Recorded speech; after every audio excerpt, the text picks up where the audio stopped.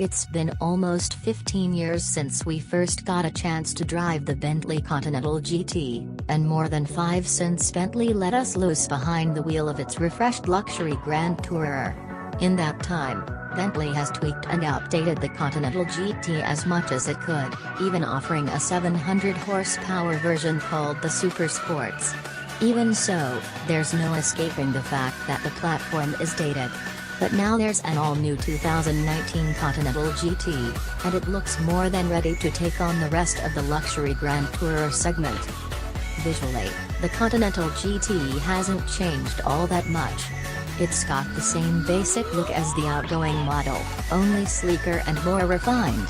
But while most people will only notice the updated headlights and new taillights, there's a lot more going on. The new car has a wheelbase 5.3 inches longer than the previous Continental, likely attributable to the new MSP platform shared with the Porsche Panamera. This additional length allowed the designers to stretch the lines and give the car a more athletic look. And while 21-inch wheels are standard, Bentley will also offer lighter-weight 22-inch wheels as an option. The highlight of the redesigned cabin, though, is what's called the Bentley rotating display.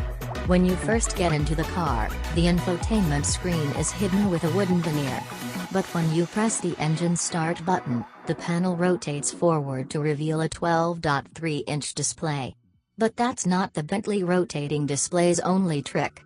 There's also a third side with 3 analog dials, a temperature gauge, compass, and chronometer. Is it necessary? Not at all.